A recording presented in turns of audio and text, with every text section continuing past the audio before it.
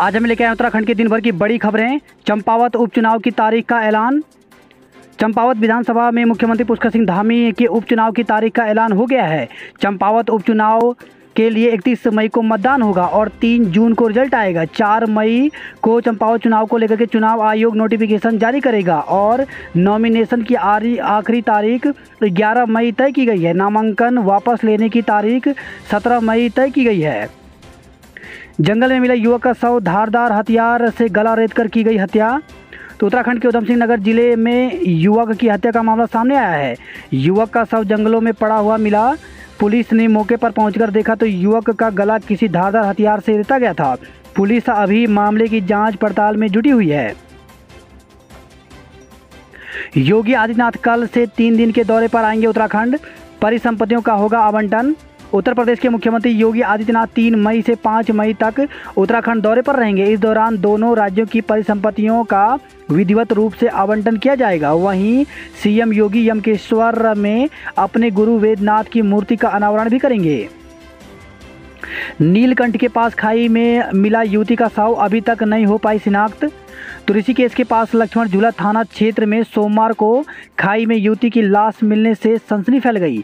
शव की अभी तक शिनाख्त नहीं हो पाई है। पुलिस ने शव को कब्जे में लेकर पोस्टमार्टम के लिए भेज दिया है। ईद उल फितर। उत्तराखंड में सड़कों पर नहीं होगी नमाज। अलविदा की नमाज को लेकर प्रशासन अलर्ट। मुस्लिम समुदाय के लिए ईद उल फितर बेहद खास होता है। ये अल्लाह का शुक्रिया अदा करने का दिन होता है। कल देश भर के साथ उत्तराखंड में भी ईद मनाई जाएगी। इस बार सड़कों पर ईद की नमाज अदा करने पर पूरी तरह से रोक रहेगी। मुस्लिम समुदाय के लोगों से ईदगाह और मस्जिदों में ईद की नमाज अदा करने की अपील की गई है। इस बार पहले से खतरनाक है आग, 30% से ज़्यादा जले जंगल। तो उत्तराखंड के जंगलों में धधकती आग वन विभाग के लिए लगातार चुनौती बनी हुई है कि कैसे आग पर काबू पाया जाए, लेकिन अफसोस यह है कि सारी कोशिशें नाकाम साबित हो रही हैं। आग की चपेट में आए जंगल खाक होने से करोड़ों की वन संपदा खाक हो गई। तो पिछले साल के मुकाबले इस बार करीब 30% जंगल में आग ज़्यादा धधकी है।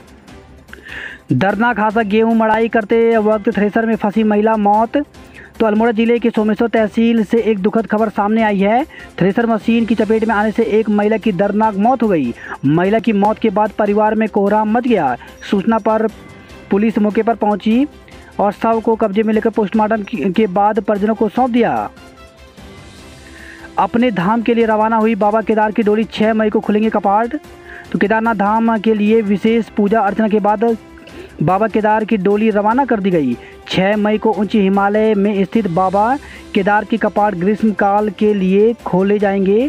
केदारनाथ मंदिर के कपाट खोलने की प्रक्रिया ओंकारेश्वर मंदिर में भैरवनाथ पूजन के साथ शुरू हो गया है। रविवार को ओंकारेश्वर मंदिर उखी मठ में आचार्य एवं वेद पाठियों ने देर शाम लगभग 7 बजे भैरवनाथ की पूजा अर्चना शुरू की। लगभग 2 घंटे तक चली पूजा अर्चना के बाद बाबा भैरवनाथ की आरती की गई। यात्रा मार्गों पर होगा निःशुल्क इलाज, सीएम धामी ने किया शुभारंभ। तो मुख्यमंत्री पुष्कर सिंह धामी ने सिग्मा हेल्थ केयर द्वारा 4 धाम यात्रा मार्ग पर शुरू की जा रही स्वास्थ्य सेवाओं का फ्लैग ऑफ किया।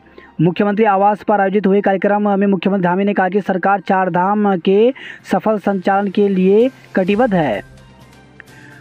हत्या के आरोपी के घर जेसीबी लेकर पहुंची पुलिस, फिर मचा बवाल।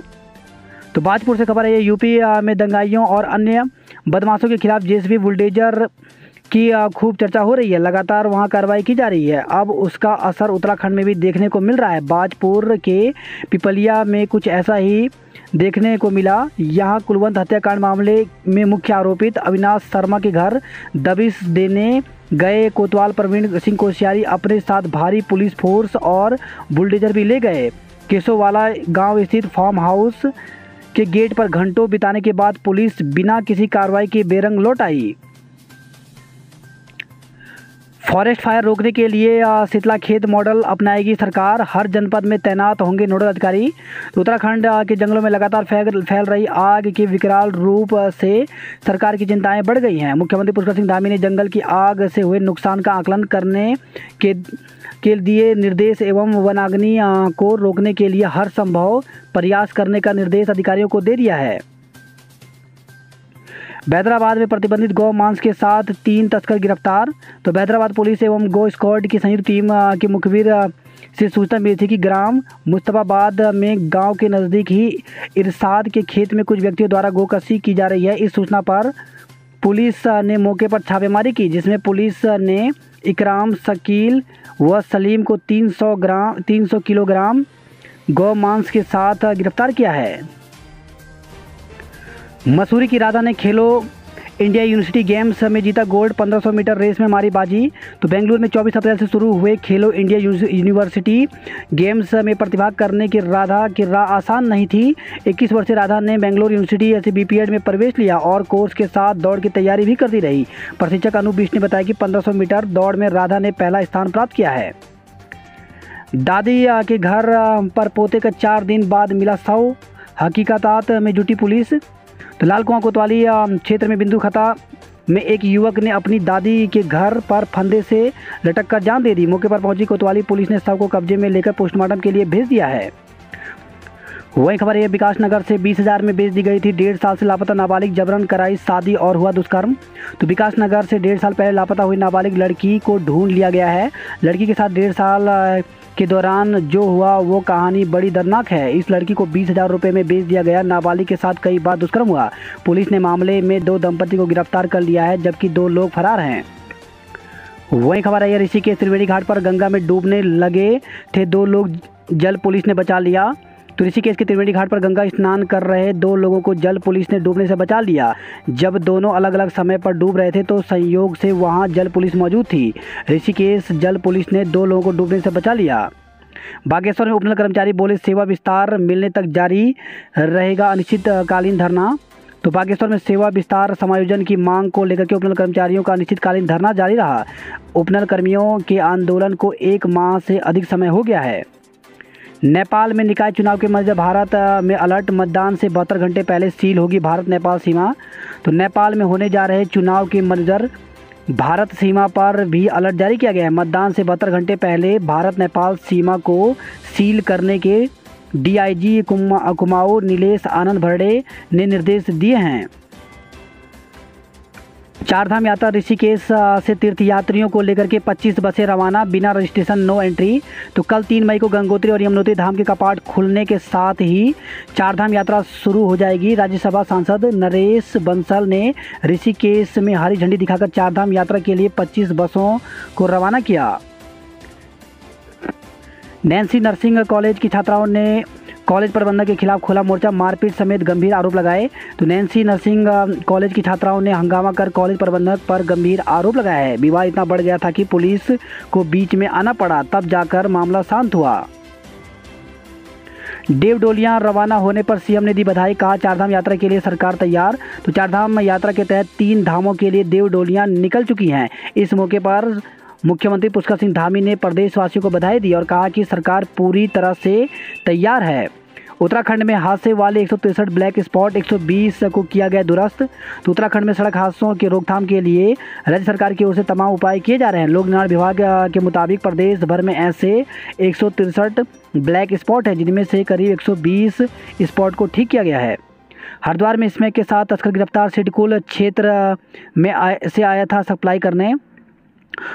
तो शिवपुर थाना पुलिस ने एक स्मैक तस्कर को गिरफ्तार किया। पुलिस ने बताया कि तस्कर के पास से 6 ग्राम स्मैक बरामद हुई। साथ ही तस्कर के खिलाफ संबंधित धाराओं में मुकदमा दर्ज कर लिया गया है।